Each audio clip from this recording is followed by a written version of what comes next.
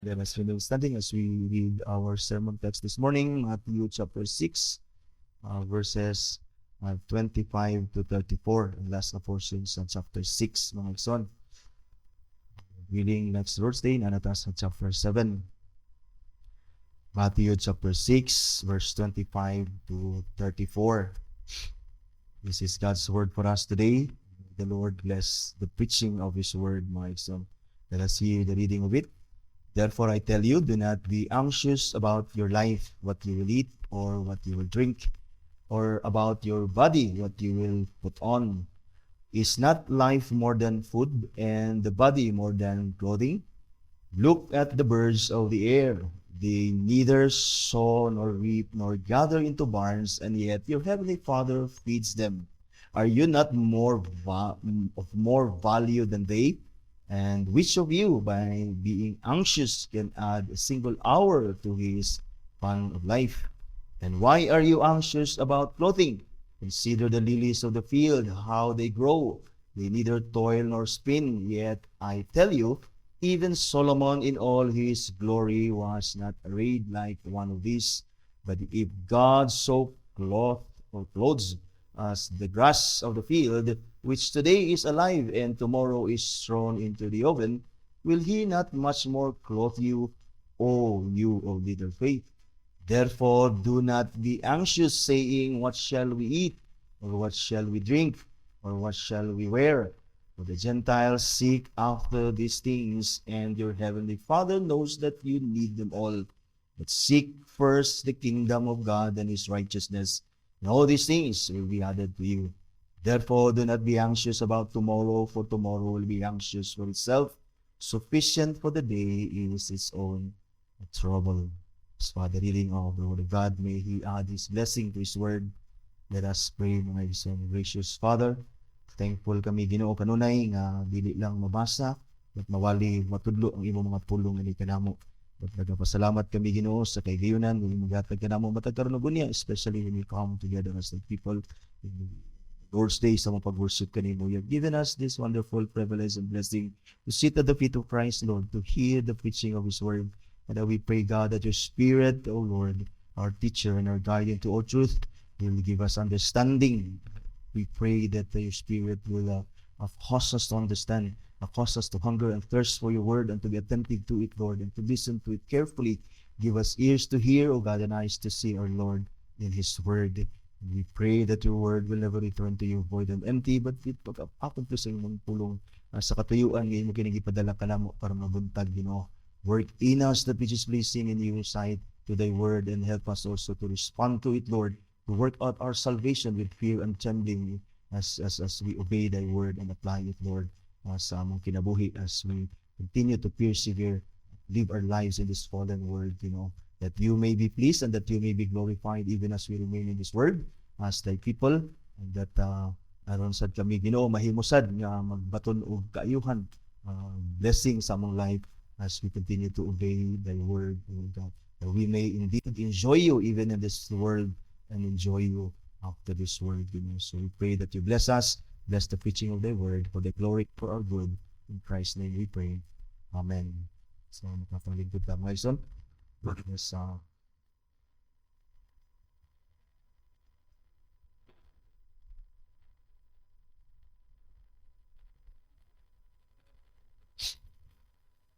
pagminawan ang pagwali niini mga ison. Let us be attentive sa pagminaw sa pulong sa Dios. He who has an ear, let him hear what the word of the Spirit of God is will be saying to us this morning, mga ison. So akong giuluhan ni mga ison ang part sa ng atong text this morning. Ako ning gitaytulan mga ison ng sermon of the priority of the kingdom. So we notice na nagpadayon pagyapon ta hisgot sa kingdom mga igsoon, because money ang central sa ministry ni Christ, mga ison. Now, if you study biblical theology, which is the study of the Bible's teaching as they develop organically throughout biblical history, mga igsoon, you will find out, kung studihan nimong Bible sa kanang biblical nga theology, sa discipline sa biblical theology, mga igsoon, kinamay gitawag nga systematic theology and other discipline sa pag-study sa Bible.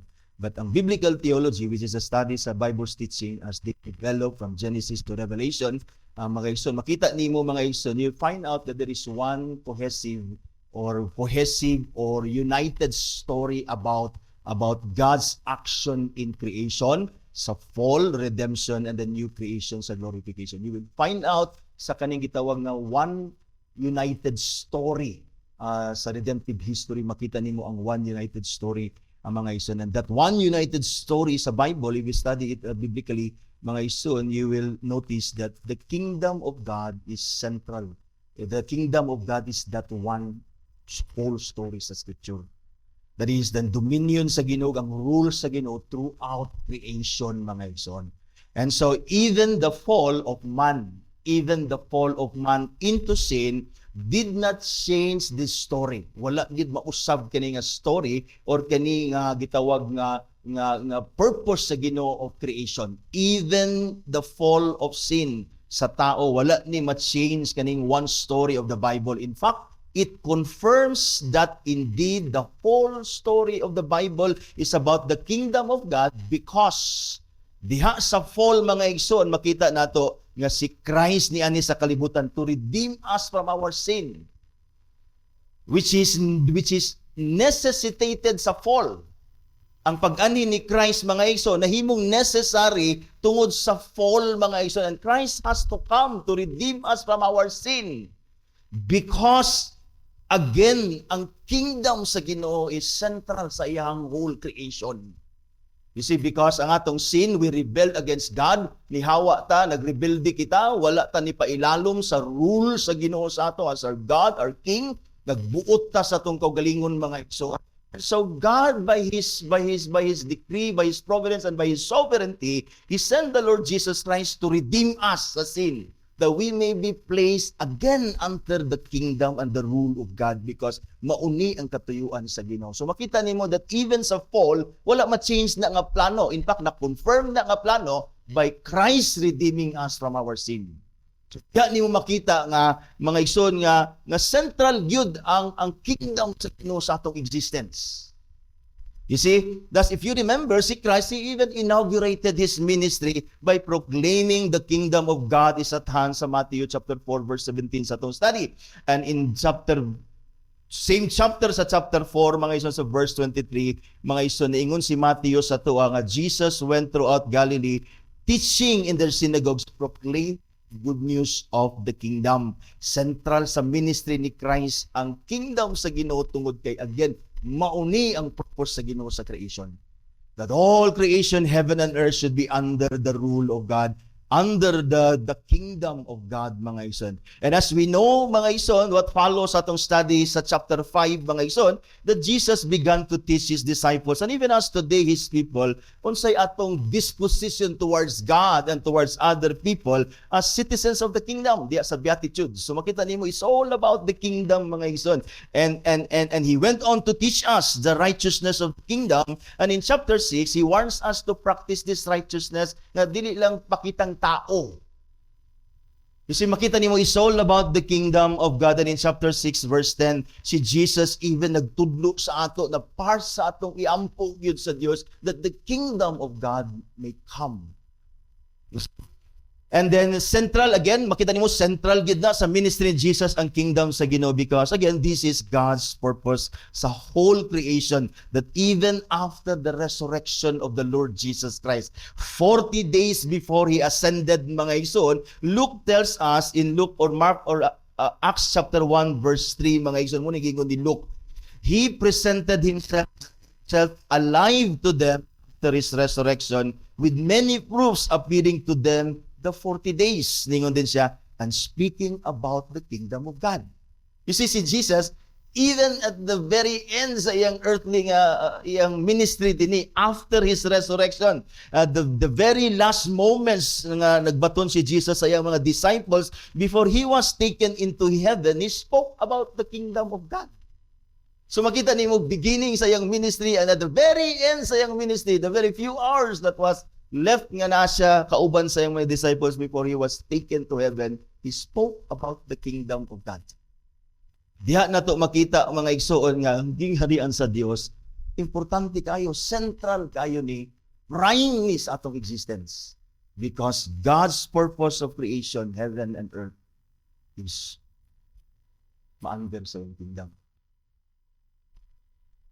Even ang iyang mga disciples, mga igsoon, many of us sa atong panahon karon, lahi ang atong focus, mga igsoon. Even si Jesus before siya gikuha, mga igsoon, gikan sa iyang mga disciples sa Acts chapter 1, after nag-ingon si Luke sa atua nga si Jesus, in 40 days, he proclaimed the gospel of the kingdom of God, even at the very moment nga gikuha siya gikan sa mga disciples. Pero ay mga disciples, mga ison, sa verse 6, nag-ingon si Luke sa atua, then they gathered around him and asked him, Lord, are you at this time going to restore the kingdom of Israel? Ang ilang concern, dili kingdom sa Ginoo, but the kingdom of Israel. Like many of us today whose concerns are in many things rather than the kingdom of God. Thus here in our text, Christ commands us to prioritize the kingdom of God. Ngayon sa verse 33, this is the main point ni Christ sa verse as aning atong text, mga ison. But seek first the kingdom of God rather than be anxious about many things. Sa man gyud maka worry sa ato ay kana the necessities of life. That's why si Jesus ningon siya sa tuwa dinhi, mga igsoon nga do not worry about the necessities of life, but seek first the kingdom of God and His righteousness, because prime and central sa atong existence, especially sa atong redemption. In fact, that is the reason why we are redeemed from our sin, to be under God's kingdom again, and for all eternity to be in His kingdom and under His rule, that we may enjoy God for all eternity, mga iso. Notice that our text begins with the word therefore, which means that what Christ is speaking to us here in our text today, mga iso, is a logical conclusion of what He was or what He previously taught us, and that is in verse 24. Manotice nato ang last nato nga text. Last Lord's Day, naingon si Jesus that we cannot serve God and money. Kuman siya nag-ingon sa tuwa that we set nato ang atong hearts is where our treasure is, that gusto niya nga mag-store up the treasure sa heaven so that our hearts will be there.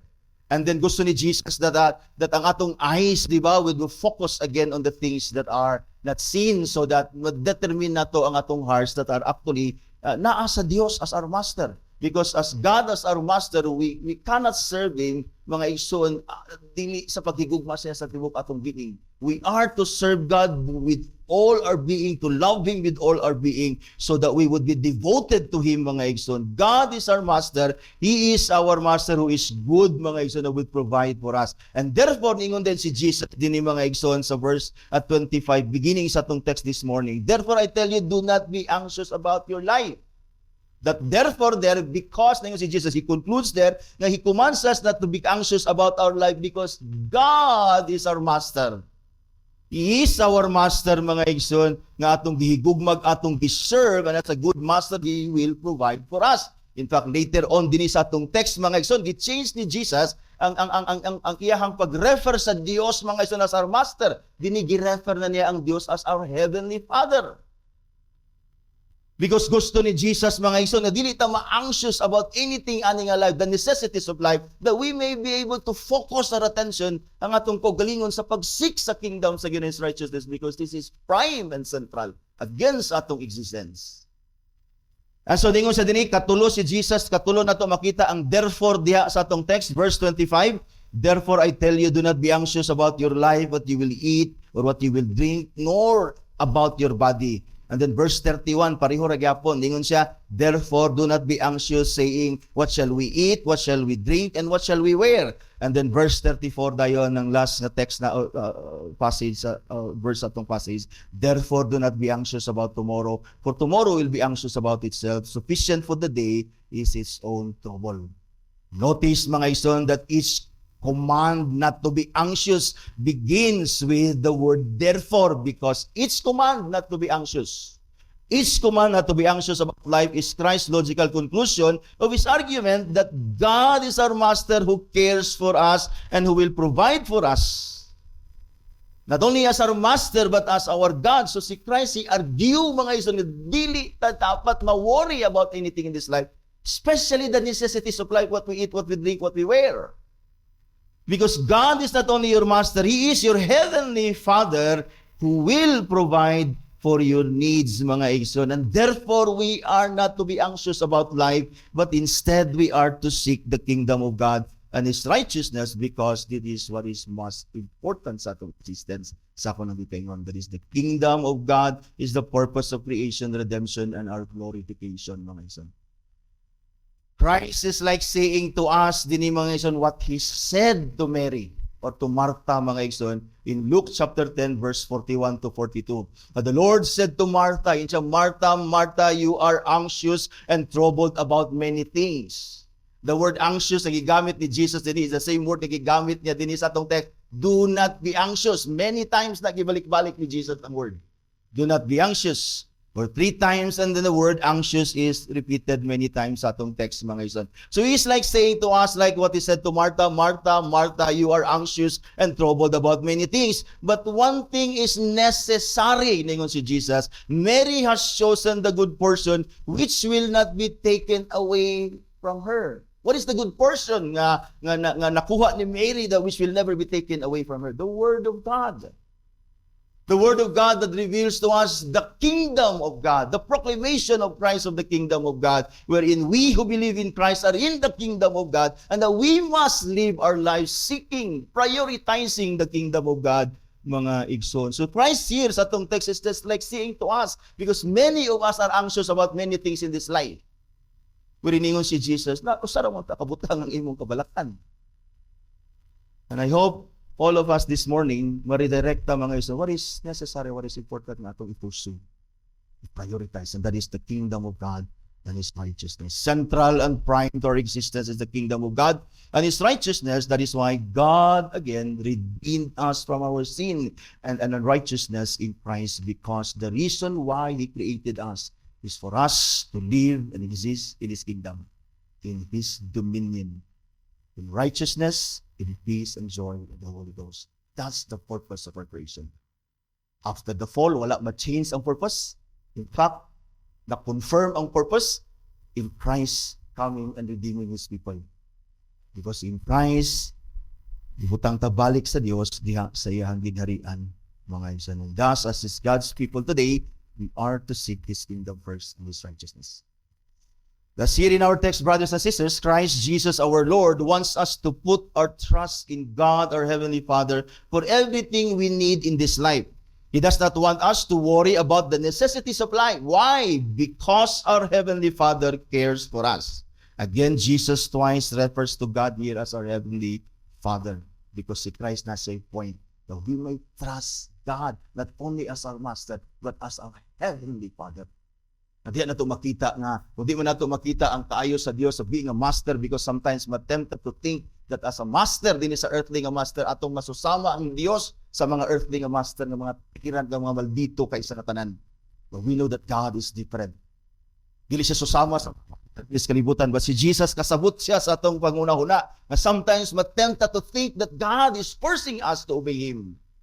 That instead, as a master, as a loving master, we are willingly to obey the Lord God as our master. But dini mga igsoon, when it comes to life and the necessities, to the need of the necessities of life, gigamit ni Jesus mga igsoon. He refers again rather to the Father or God as our Heavenly Father. Aron masabtan nato og ayo mga igsoon that He really cares for us as a Father, and we as His children, that we may indeed put our trust in the Lord and never be worried about anything in this life, especially the necessities of life, but instead atong gamiton atong kinabuhi sa tanan to prioritize the kingdom of God and His righteousness. So our message today, brothers and sisters, is that Christ wants us to put our trust in God, our Heavenly Father, for the necessities of life, so that we would never be anxious about them, but instead seek to prioritize God's kingdom and His righteousness. For these are what we truly need in this existence. Nakuha ni mo? Gusto sa Dios na di ta mabalakat bisan unsa mga igsoon, but gusto siya nga mutrasta sa atong amahan that He would provide and He would care for us, because gusto ni Jesus mga igsoon, as citizens of the kingdom, that we prioritize na ang kingdom sa His righteousness even as we live in this fallen world. Nga naman, tungod kay mauna ang pinaka-importante sa atong existence mga igsoon.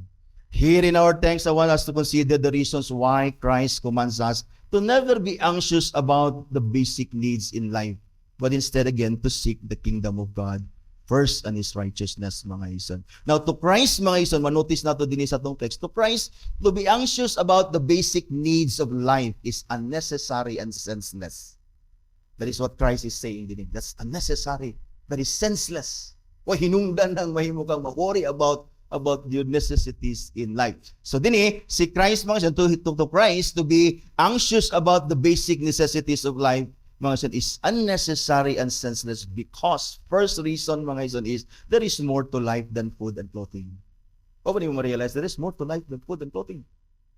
Munang gingon ni Jesus din, therefore I tell you, do not be anxious about your life, what you will eat, what you will drink, or nor what your body, or about your body, or what you will put on, that is your garments. Ingon din si Jesus, is not life more than food, and the body more than clothing? In other words, Christ is saying sa to, mga igsoon, it's unnecessary, senseless to worry about these things because there is more to life than food, drink, and clothing. Christ is saying, do not worry about food and clothing. There is more to life. There is more to it in this life. These are just basic things in life. Why worry about it?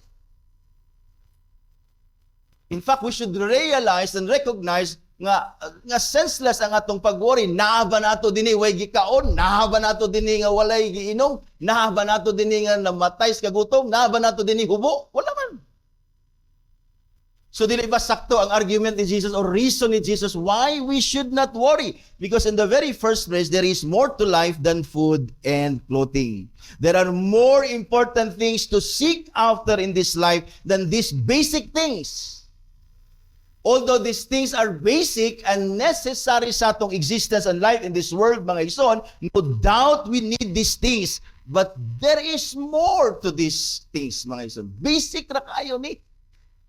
One writer says that if you worry about these basic things, gamay na ka ni, how much more you become worry about war, about floods, about calamities, nga daghan pa kitag angay kabalakan. If you worry about these basic things, you will worry more about dagko nga mga trouble, mga ison. And si Christ dininingon siya, mga ison, is not life more than food and the body more than clothing?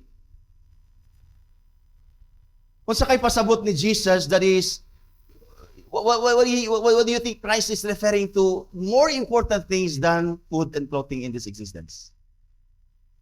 And certainly the answer, mga sis, is in the context not of verse 33, it is certainly the kingdom of God and His righteousness, which to Christ is more important than food and clothing. Basic ayo na ay kabalaka na. Kani mo'y kabalaki. Kani mo'y kabalaki. Ay kabalaka sa imong kaonon. Di ba? And then, kabalaki ang righteousness. Kabalaki ang kingdom sa Him. Because mauni ang reason sa atong existence and even sa atong redemption. Romans chapter 14, verse 17, the kingdom of God is not a matter of eating and drinking, but righteousness and peace and joy in the Holy Ghost. Kani ang kabalaki. Kumbaga, kung naaman tayo kabalakan, mga ison, sa atong kinabuhi dinis kalibutan, mga ison, dili ni mga butanga, basic na kayo ni. Bisan gani ang mga taong way trabaho, bisan gani ang naingon ng Bible, ang tapulan dili pa kanon, makakaon pa man gani gyapon. Tungod kay ang Ginoo maayo, as we will see later on, He will provide. He cares for us. Kumbaga, kung naman tayo kabalakan ani nga kalibutan ang gingharian sa Dios, mga igsoon, kung nakasulod ba ka, sakop ba ka sa gingharian sa Dios? Na-possess ba nimo ang kingdom sa Ginoo? Naa ba nimo ang righteousness that is offered diha sa ang Ginoong Hesukristo, mga igsoon? Mao na ang atong angay nga kabalakan ug angay natong ipursuan nga kalibutan. We know that to enter the kingdom of God is to be born again. John chapter 3 verse 3 and 5, mga igsoon, and to be born again is not our work. Though to be born again is not our work, to enter the kingdom of God is to be born again, in other words, and but to be born again is not our work, though it is not our work. But we must make sure nga nakasulod ta sa kingdom sa Dios. Usa ni sa atong siguruon sa atong kinabuhi mga igsoon, do dili nato work ang pagka-born again, dili nato work ang pag-enter sa kingdom sa Ginoo, but we ought to examine ourselves whether we are in the faith or not. Whether we truly believe in the Lord Jesus Christ or not, or He is your Lord or not. Nguni ang gingon ni Paul sa 2 Corinthians chapter 13 verse 5. Examine yourselves to see whether you are in the faith. Test yourselves. Or do you not realize this about yourselves, that Jesus Christ is in you? Unless indeed you fail to meet the test. So kung naman kay kabalakan, kabalak ini nga butang. Dini ka mo focus mga igsoon sa imong kaugalingon. Examine yourselves whether you are in the faith. Examine yourselves whether Christ is in you or not. Kaya basin at the end of the day, ma-deceive ka sa imong kaugalingon believing that you're in Christ, but truly you're outside of the kingdom of God. Because when Christ comes, He will weed out His kingdom.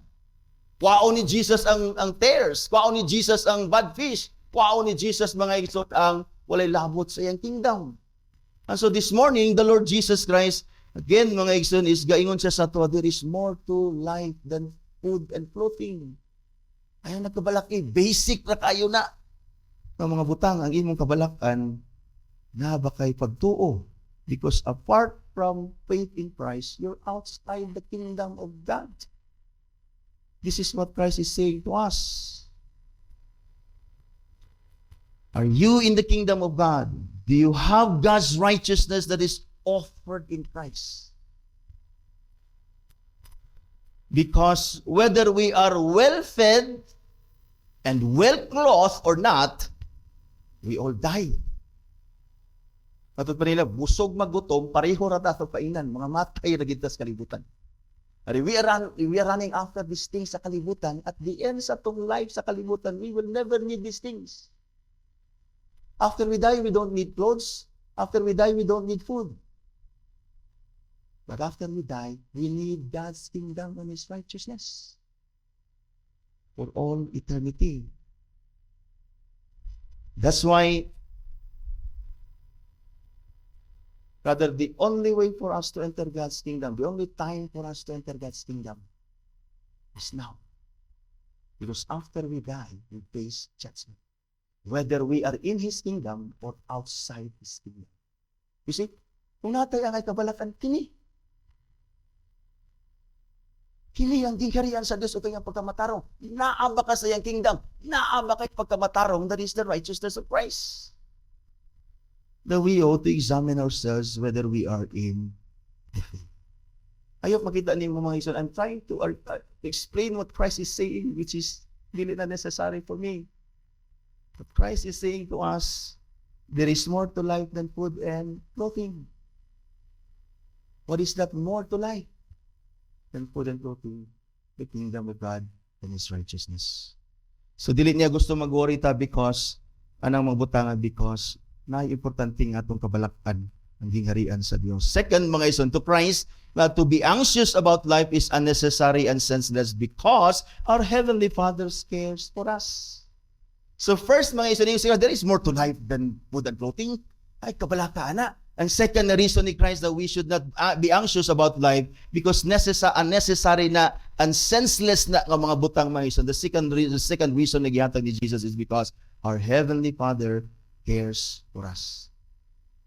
Yargyo ni Jesus, verse 26, and then sa verse 28, paingon sa verse 30, mga ison. And then si Jesus, look at the birds of the air. They neither sow nor reap nor gather into barns, and yet your Heavenly Father feeds them.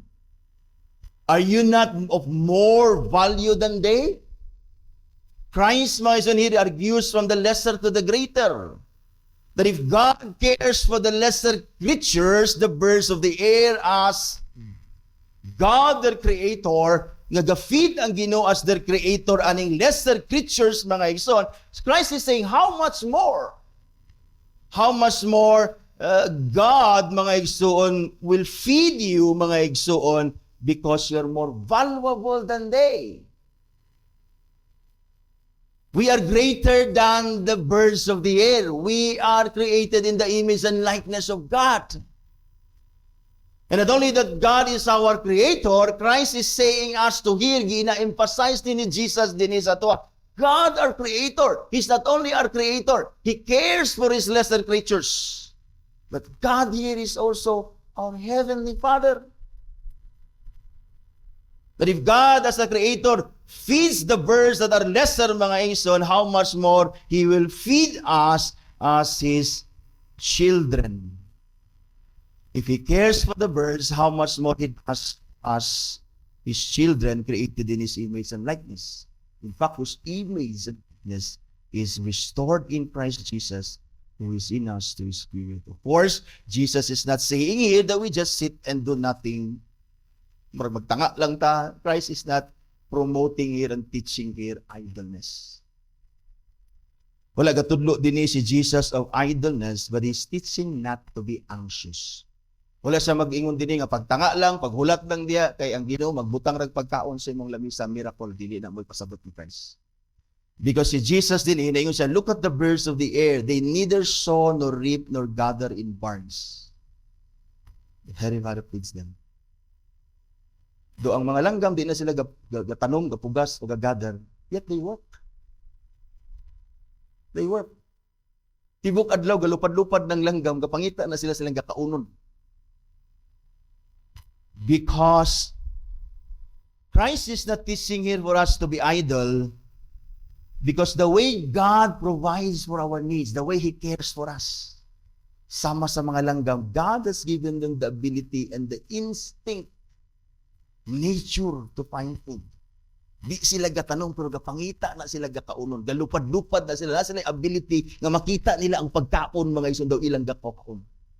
In other words, Christ is saying here, mga Igsoon, na dili na ang pasabot nga magtanga rata. God will care for us and He will provide for us, mga Igsoon, through the skills and abilities that God has given us.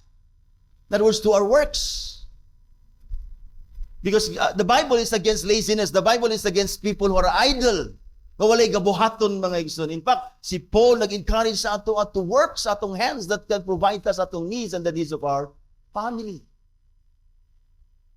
So here, ang care sa Ginoo sa ato to feed us is through the abilities that God has given us. Providentially, He has given us the abilities and He has given us these works na makakaunta. You see, dili siya gatudlog idleness, but si Christ is commanding us not to be anxious. Because we can work anxiously. May mga tao, na sila yung mga trabaho, and yet dili na sila, wala na sila time sa Ginoo because they're still anxious, even na sila yung trabaho. We can work anxiously as if our life and security sa atong future rests on us and rests sa atong work. And on the other hand, we can work and we can work hard, mga iso, without being anxious about our future. Because even when we work, we are thankful to God for the privilege and the provisions that He gihatag sa tuwa. The ability and the skills and the way nga makagain tag wealth to ma-provide ang atong needs. We work and we work hard, and yet our trust is in God. That He would keep us strong, He would keep us healthy, and He would keep us open ang way nga makapanginabuhi ta. Because na may mga tao, mga Igsoon, nga ang ilang pagpanginabuhi, anxious gyapon kayo ilang pagpanginabuhi, as if naada ang ilang future. No, we work, yet our trust is in our Heavenly Father who cares for us. Who cares for us.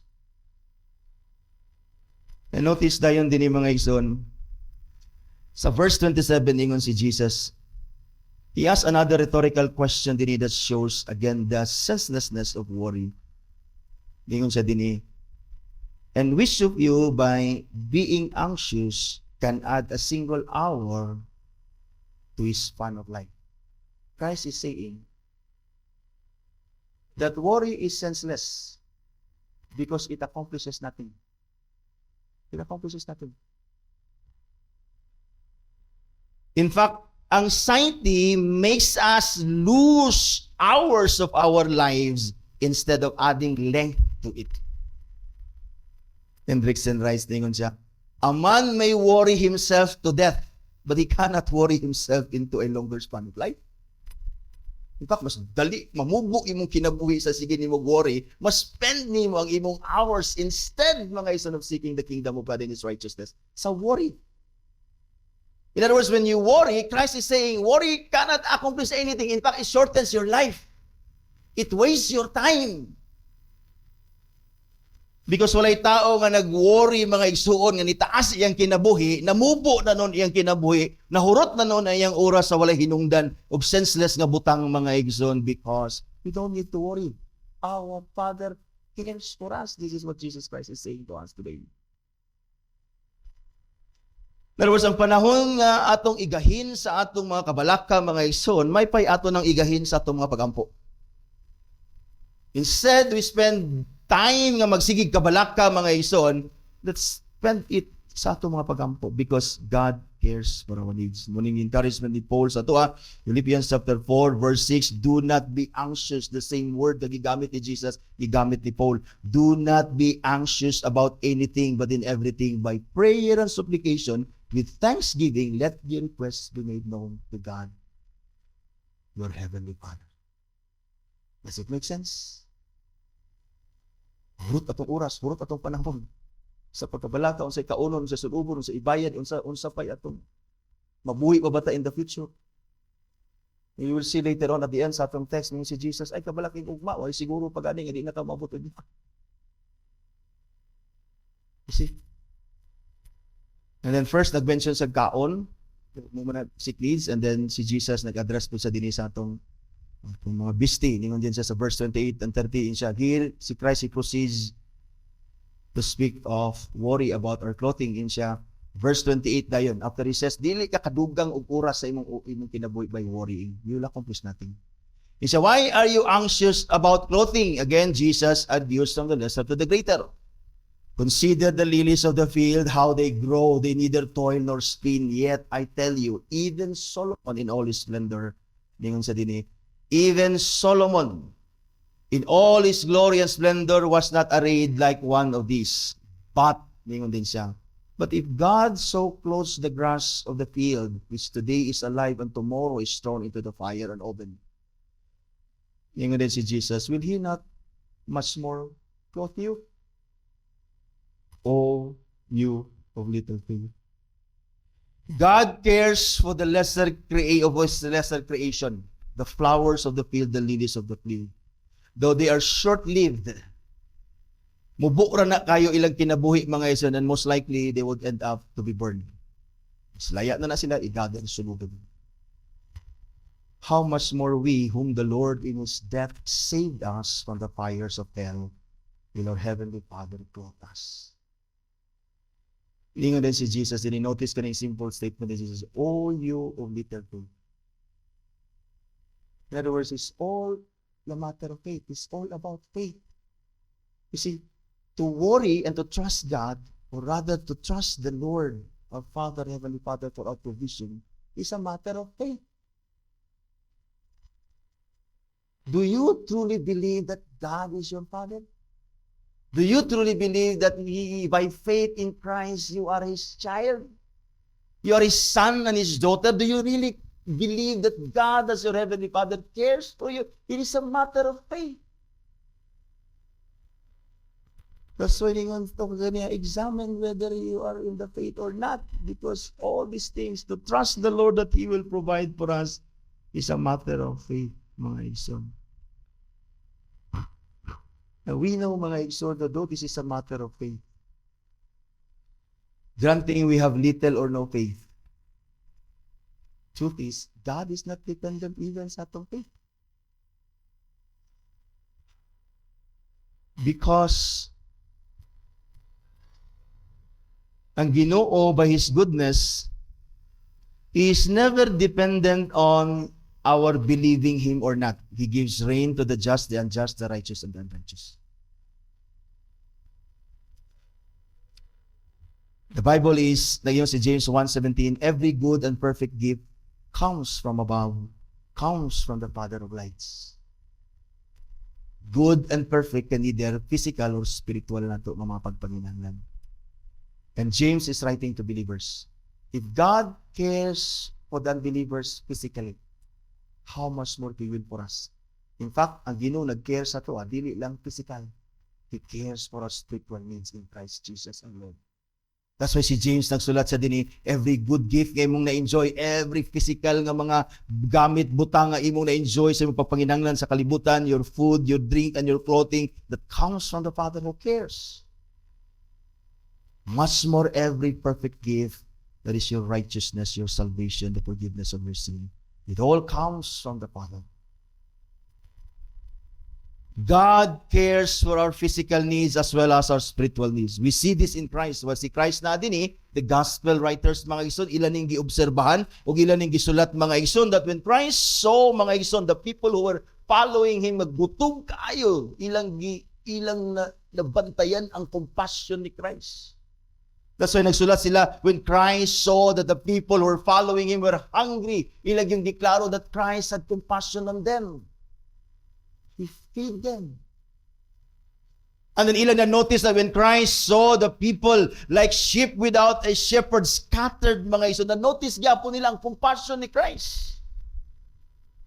That when Christ told them to pray to the Heavenly Father to send more harvesters on the harvest field because the harvest is plenty. You see, na-notice nila that si Christ, indeed, as God, cares not only for our physical needs, but as our spiritual needs as well. And so, ayaw kabalakin ang mga butang of physical na atong pagpanginahanglan. The Lord cares for us. Badinita, sa gihatag sa Ginoo sa ato, His kingdom and His righteousness.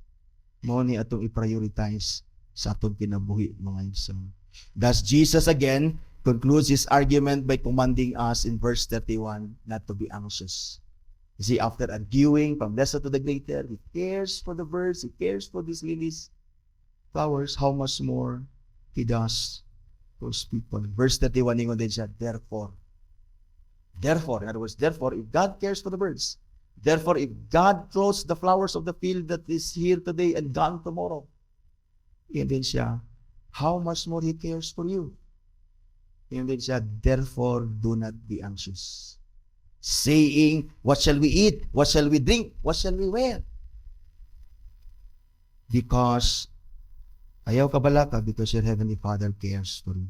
And finally, notice mga ison that Christ to be anxious about life is unnecessary and senseless because the third reason na gihatag ni Jesus is nasa verse 32. Our Heavenly Father knows that we need them.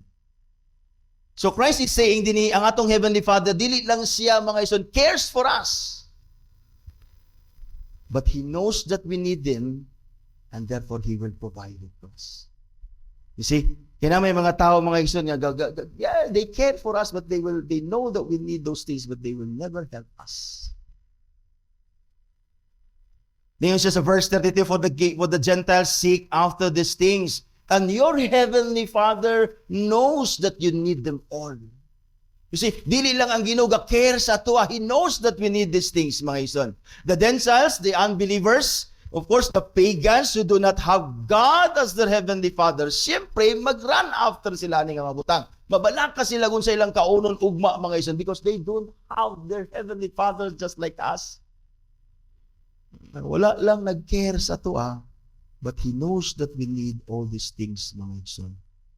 You see, ningon si Jesus, but we who have God as our Heavenly Father who knows that we need them all, do not need to be anxious about what we shall eat, what we shall drink, what we shall wear, because our Heavenly Father knows that we need them. He will certainly provide them for us. And therefore, instead, we worry and we seek after these things. Christ commands us here sa verse 33 dayon, but, that is, instead, to seek first the kingdom of God and His righteousness, and all these things shall be added unto you. You see, we do not need to be anxious about these things because our Heavenly Father does not only know that we need them, He will also add these things to us. You see, makita niyo how indeed the Father cares for us. Wala lang siya nasayod, wala lang siya nag-amping, He provides. Because, unsa man ang pag-care sa Ginoo pakisayod sa itong pagpanginahanglan, if He does not provide, how He becomes a good Father to us. You see, God knows that we need His kingdom and His righteousness. more than anything in this life. God knows kung naamay atong gikinahanglan og maayo iyang gingharian o ang pagkamatarong niya nga naa kang Ginoo Jesucristo. That's why God gave us His kingdom and His righteousness. He gave us His kingdom and His righteousness that we may enter His kingdom, that we may enjoy and be under His kingdom, mga igsoon, and that we may have that righteousness ni Jesus Christ, mga igsoon. That's why si Paul, mga igsoon, also argues from the lesser to the greater. Ingon si Paul sa Romans chapter 8 verse 2, He that is God who did not spare His own Son, but gave Him up for us all, how will He not also with Him graciously gives us all things that is in this life na pagkikinanglan? In other words, God has given us Christ. He has given us His kingdom, His righteousness. In Christ, He has given this to us. And how much more, matod pa ni Paul, na ang Ginoo, ihatag niya ang atong pagpanginahanglan ani nga kinabuhi. But even si Peter, nag-ingon siya, mga igsoon, sa 2 Peter chapter 1 verse 3, His divine power has granted us all things that pertain to life and godliness. In other words, ang Ginoo, mga igsoon, through Jesus Christ, through His power, He has granted us everything we need in this life. As well as godliness. In other words, God has provided for us physically, materially, and all we need, ani nga na, physical life. Not only that, as well as He provides to us godliness. He provides to us Christ's righteousness. Because God knows nga mauni nga mga butang ang atong gikinahanglan ani nga existence. Christ Jesus our Lord is God's proof that He really and truly cares for us. Ang tulikon. Christ Jesus our Lord is God's proof if you're not convinced that God cares for you. Christ is God's proof that God, our Heavenly Father, truly cares for us. In fact, He provides Christ for us. Because our greatest need of the kingdom of God and His righteousness can only be met in Christ Jesus our Lord. God sent Him that we may possess God's kingdom and in righteousness through Him. In other words, akong point, mga igsoon, that ang kingdom sa Ginoo iyang i-provide. Gihatag niya sa tuwa. Muna niya si Jesus, ayaw kabalaka ani nga mga butang. Your basic needs ay kabalaka. Ngayon siya, muna imong kabisihan. Muna imong priority. Ang kingdom sa Ginoo, ang righteousness that He provides for you. Because say, magunahuna ito mga igsoon, di ito mabalaka na, to seek the kingdom, o say, mamasayok ta, but notice, ganingon si Jesus, seek first. Wala sa lingon, seek the kingdom of God and His righteousness. Wala mingon si Jesus na seek the kingdom of God and His righteousness, but He just seek first. Because we do not seek God's kingdom and His righteousness as if to find them by our own selves. In fact, si Jesus, before we came to Him, the very beginning of His ministry, He preached the kingdom. Wala gitago sa Ginoo ang kingdom niya sa atoa. In fact, gihatag niya sa atoa. And so to seek God's kingdom is not to seek to find it, mga igsoon, because God has already given us His kingdom and His righteousness in Christ Jesus our Lord, who died for our sin and redeemed us from the kingdom of darkness. In fact, manotice nato sa Colossians chapter 1 verse 13 and 14, ingon si Paul, He has delivered us, that is, God has delivered us from the domain of darkness and transferred us unto the kingdom of His beloved Son, in whom we have redemption and forgiveness of sin, because we do not seek to find God's kingdom, because again, God's kingdom is given sa tuwa. Righteousness has been given to us in Christ. We seek to prioritize. That is Christ's point. Ayaw kabalaka. Ayaw, di na mo imong priority ani nga life. Because God cares for the lesser creation and creatures, He will care for you. He knows you need them. He will provide it for you. Kani ang imong i-prioritize. We don't seek to find the kingdom and His righteousness. We seek to prioritize. The word first here is first of time, first of importance, first as in imong unahon. kay mao ni pinaka-importante sa kinabuhi ang gingharian sa Dios ug iyang pagkamatarong.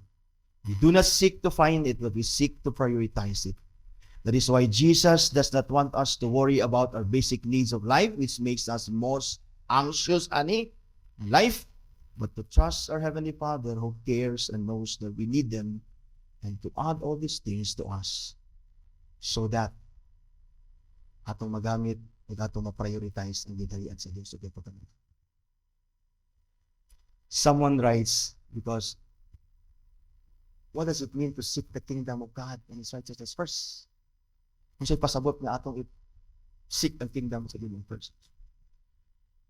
Someone writes, tingin siya, seek first the kingdom of God and His righteousness means simply, sa akong nagiging, prioritizing God's will, God's rule sa imong life above all else. And trusting that God will provide for our needs. That is seeking first the kingdom. It's not seeking to find, but seeking to prioritize that we must put ourselves under God's care, under God's rule, under God's authority. In all matters of life. Trabaho, you seek God first.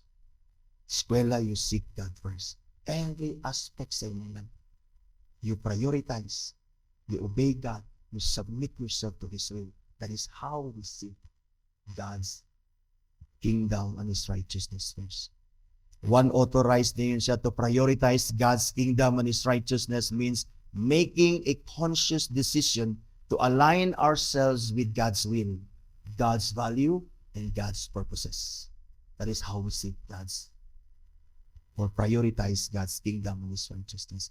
Ningon din siya, this pursuit of God's kingdom, priorities should shape our priorities, should shape our decisions, should shape our actions in every aspect of life.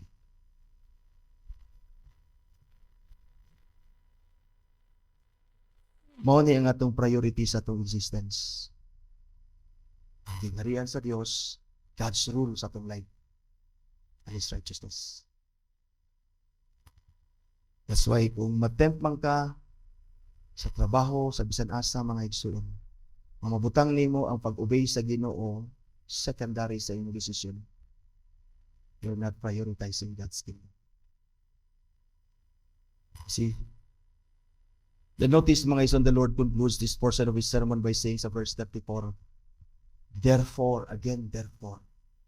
3 times din yun siya, therefore, and 3 times nag-accuse siya. God is your master. If you love Him, and if you're devoted to Him, He will provide for you as a good master. But He is not only your good master, He is your Heavenly Father. He argues 3 times. He cares, He knows your needs, and He will provide. And then He said, therefore, lastly, do not be anxious about tomorrow. For tomorrow will be anxious for itself. Sufficient for the day is its own trouble. Jesus has given us all the reasons that prove why worrying about tomorrow, about what we eat, what we wear, what we drink, is wrong and senseless. He gives us 3 reasons. There is more to life than food and clothing. The kingdom of God is more important than food and clothing. The kingdom of God and His righteousness is more important than anything in this life. And second reason, our Heavenly Father cares for us.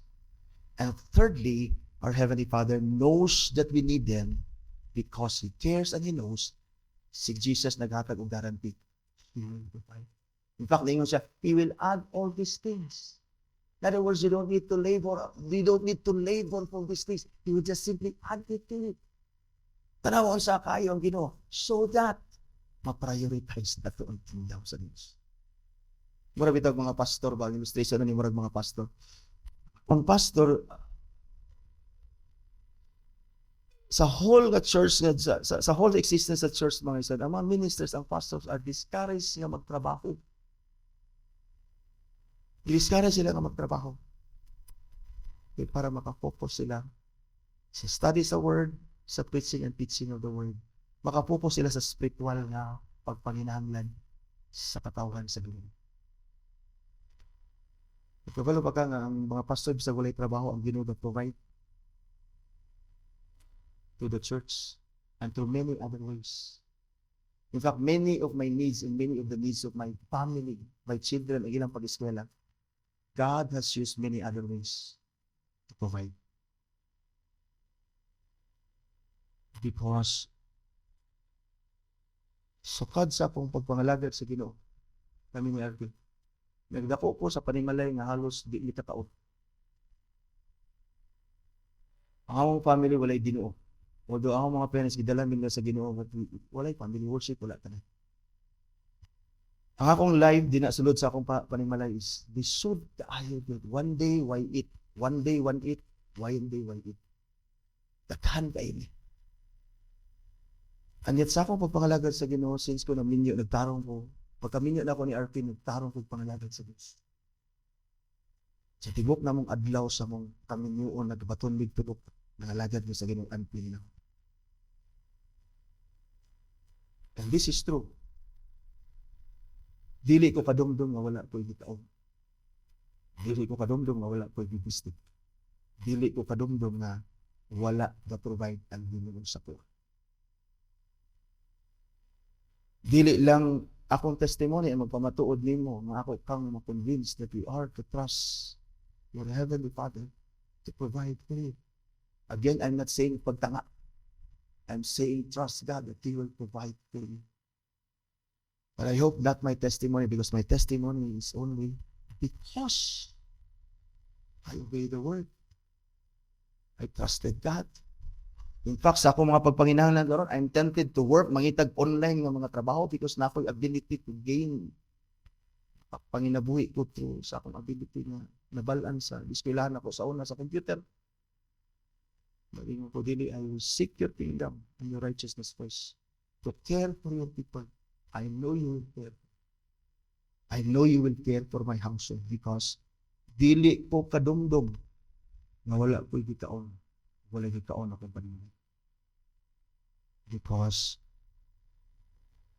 si Jesus nagsaad o nagsulti din our Heavenly Father cares. He knows them and He will provide for us. Yung si Jesus din sa iyang last, therefore do not be anxious about tomorrow. For tomorrow will be anxious of itself. Mga ison, dili ta ngay ma-worry sa atong ugma. Because ang ugma, wala na gisaad sa tuwa. What is given to us is today. In fact, ang Bible na yan, if you hear His voice, obey Him. Salvation is today, dili tomorrow. What we are certain of, nga gihatag sa Ginoo sa tuwa is today. That today, mga igsoon, as someone writes, mga igsoon, on this day, therefore we should, out of gratitude to God, do whatever God demands of us. Particularly today, what He demands of us? Prioritize the kingdom of God and His righteousness. Seek after these things because the only thing atong na-possess sa time, sa atong existence is today.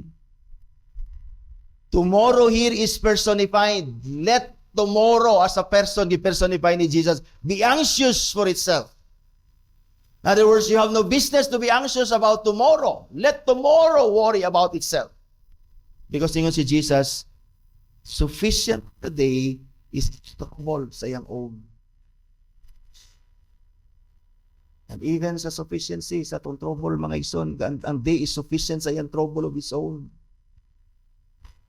Dili ta kailangan ma-worry. Because God cares for us. He can provide for us. Brothers and sisters, ang atong message, akong i-repeat. Christ wants us to put our trust in God, our Heavenly Father, for the necessities of life so that we would never be anxious about them. But instead, seek to prioritize God's kingdom and His righteousness that He has given us. So these are what we truly need in this life and in this existence. Mahura ni atong kinanglan. Again, Jesus is like saying what He said to Martha. Martha, Martha, why are you troubled and anxious about many things? Only one thing you need. And that is God's kingdom and His righteousness. Are you in God's kingdom? Do you have Christ's righteousness? Examine yourself. Muna'y kabalaki mga igsoon. Trust the Lord that He will provide for all the things we need in this life. Because truth is, wala may kaon na to. Truth is, wala may gahubo na to. Truth is, wala may gakamatay na to, kay walay nagatiman. God uses many things and even the church to care for us and to provide for us. Because if He has given Christ ato, how much more the things that we need. Christ is God's ultimate proof that He cares for us and that He provides for our needs.